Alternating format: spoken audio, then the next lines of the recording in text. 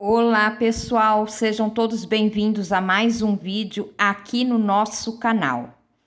Pessoal, estou trazendo notícias atualizadas a respeito desse rapaz.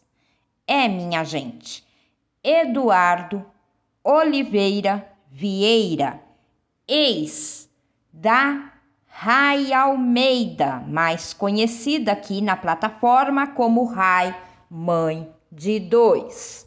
Quem não se recorda desse rapaz? Pois muito bem, minha gente, há uns tempo atrás, houve aí uma notícia de que esse rapaz se encontrava liberto. Pois muito bem, estou trazendo aqui na íntegra para vocês tudo a respeito até o dia de hoje, tá? Para aqueles que gostam desse rapaz e tem aqueles que também não gostam, né?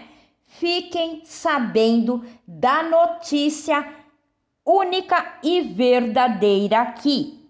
E eu irei sim relembrar os fatos e também trazendo provas de tudo que eu irei relatar aqui para vocês a partir de agora.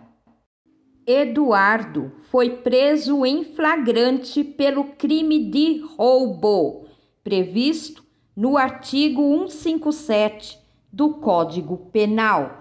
O crime foi consumado no dia 4 de setembro do ano de 2022, quando ele roubou uma motocicleta de um entregador, utilizando-se de um simulacro de uma arma de fogo, ou seja, uma arma falsa. Foi divulgado na internet um vídeo no qual aparecia Eduardo sendo rendido por policiais, já algemado e deitado no chão. O vídeo foi gravado pela vítima, que após ter sua moto, que era seu instrumento de trabalho, bem como seu celular, um aparelho da marca iPhone, subtraídos por Eduardo, conseguiu pedir ajuda a um outro motoboy que passou no local imediatamente após o roubo, lhe dando carona, e seguiu o criminoso, ou seja, o Eduardo, juntamente com a polícia, que também já havia sido acionada. Assim que Eduardo foi preso, a justiça fez uma busca nos sistemas CIEP, EJUDE, CU e Infopem, e ali se constatou que Eduardo já possuía outros registros criminais. A justiça chegou à conclusão, então, que a prisão de Eduardo se fazia necessária, pois, devido ao seu histórico junto à justiça, seria necessário garantir a ordem pública, bem como levar em conta a gravidade do crime cometido, além de que não se tratava também de um fato isolado, pois chegou ao conhecimento da polícia e do judiciário que nesse mesmo dia Eduardo havia cometido outro roubo pela manhã. Assim, ele teve a sua prisão em flagrante, convertida em prisão preventiva, com validade até 3/9/2038. A prisão em flagrante, no caso dele, foi a realizada no ato, ou seja, a polícia pegou o Eduardo na cena do crime, consumando o roubo. Já a prisão preventiva é considerada uma prisão que tem o caráter de manter a pessoa presa para evitar maiores problemas, como, por exemplo, fuga, prejudicar as investigações, fazer com que a vítima, vendo o suspeito preso, possa não ter tanto medo de depor entre outras coisas. Assim, a justiça converte a prisão, que antes era em flagrante, para uma prisão preventiva. E esse prazo de até o ABO 2038 é o prazo de prescrição, ou seja, até quando a justiça tem para apurar o crime. No roubo que ele fez pela manhã, para quem não se lembra, ele roubou um veículo que, ao abordar as vítimas, eram senhoras de idade que chegavam de um retiro espiritual, sendo uma delas, inclusive, pessoa com deficiência, por ter uma prótese de quadril e que foi empurrada para fora do veículo. Quando Eduardo arrancou com o carro, fazendo a senhora ser violentamente lançada para fora com o carro já em movimento. Antes de roubar esse veículo, Eduardo ameaçou as vítimas com a arma falsa, causando desespero nessas mulheres já idosas. Ao ser preso, Eduardo chegou a falar que sofreu maus tratos pela polícia, tentando se vitimizar, sem lembrar que maus tratos quem cometia era ele mesmo, ao cometer esses roubos com violência e grave ameaça. No sistema APFD, consta que Eduardo não possui endereços por se encontrar em situação de rua. Obviamente, quem acompanhava esse moço no YouTube sabe que ele tinha endereço sim, não atualizava na justiça, ora, para não ser encontrado e dificultar que a justiça lhe fizesse pagar pelos inúmeros crimes cometidos. Pois bem, Eduardo compareceu já preso na audiência online de custódia realizada no dia 6 de setembro de 2022, realizada pelo Serviço de Plantão de Flagrantes do Poder Judiciário do Espírito Santo. A juíza Rafaela Borges entrevistou o Eduardo, que por ordem da equipe de segurança usava algemas. Foi nesse momento que o Ministério Público pediu a conversão da prisão em flagrante para preventiva e a defesa pediu a liberdade provisória, bem como o encaminhamento do Eduardo para uma clínica de dependentes químicos e falou dos possíveis maus tratos que Eduardo tinha sofrido da polícia. A juíza negou a liberdade provisória pelos motivos óbvios e converteu a prisão em flagrante em preventiva.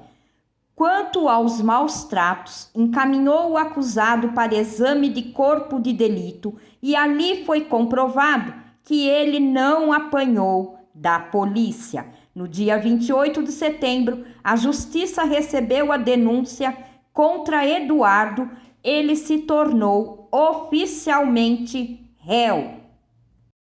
A audiência de instrução e julgamento foi marcada para o dia 27 de outubro do ano passado e lá ele foi condenado a 10 anos, 11 meses e 23 dias de reclusão em regime fechado e ao pagamento de 293 dias multa, sendo que cada dia multa é equivalente a 1/30 do salário mínimo, vigente na época do fato, isto é, do roubo.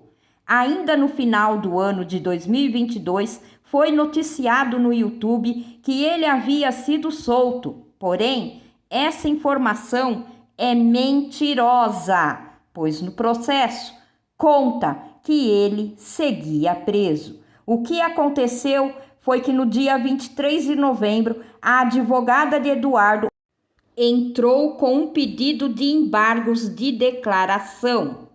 O que seria isso? Embargos de declaração. Eu explico. Os embargos declaratórios devem ser interpostos quando houver na decisão do juiz omissão, obscuridade ou contradição. O juiz analisou esses embargos de declaração e respondeu que no processo não teve omissão judicial, pois a defesa queria que o juiz dissesse que o crime era de furto e não de roubo. Qual a diferença do furto e roubo? Furto, o criminoso apenas subtrai a coisa. Já no roubo, é a subtração, tem que ter grave ameaça e violência.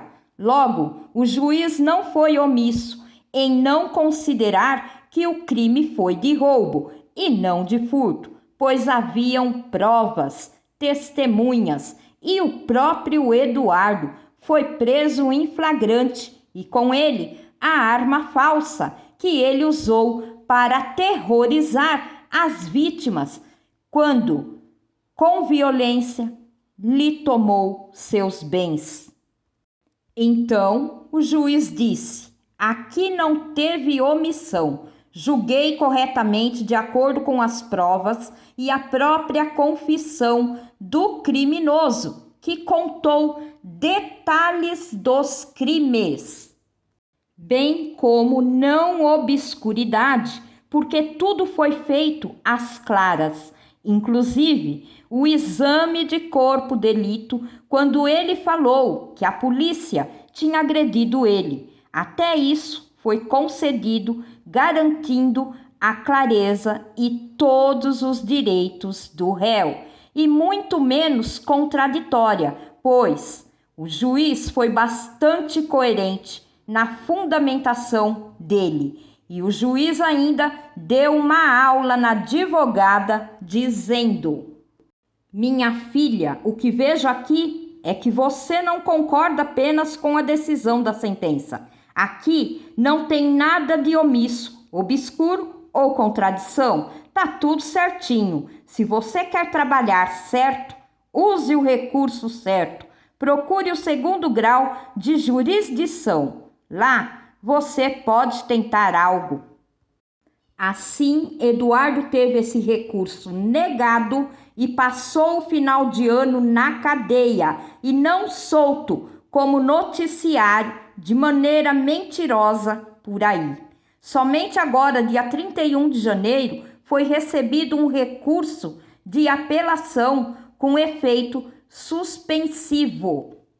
Esse recurso pede para o judiciário reavaliar a condenação do Eduardo e tem efeito suspensivo, como o nome já diz. Lembrando para vocês, acompanhe o vídeo até o final, porque eu trarei as provas aqui e você poderá ampliá-las e ler tudo o que eu estou lhes esclarecendo. Diante de tudo que eu relatei aqui a vocês, a condenação ficará suspensa, sem efeito, até novo julgamento. Sendo assim, Eduardo segue preso.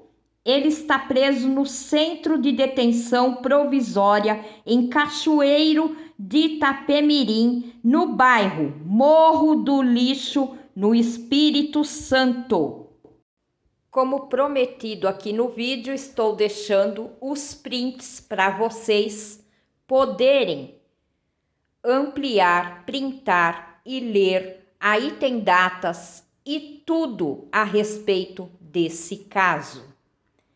Eu espero que vocês tenham entendido tudo que foi relatado por mim aqui. Fiquem todos com Deus. Gratidão por ter assistido esse vídeo até o final. Qualquer novidade eu trarei posteriormente. Beijinhos todo carinhoso da Sol. Até um próximo vídeo, se Deus assim nos permitir. Tchau, tchau, pessoal. Fui!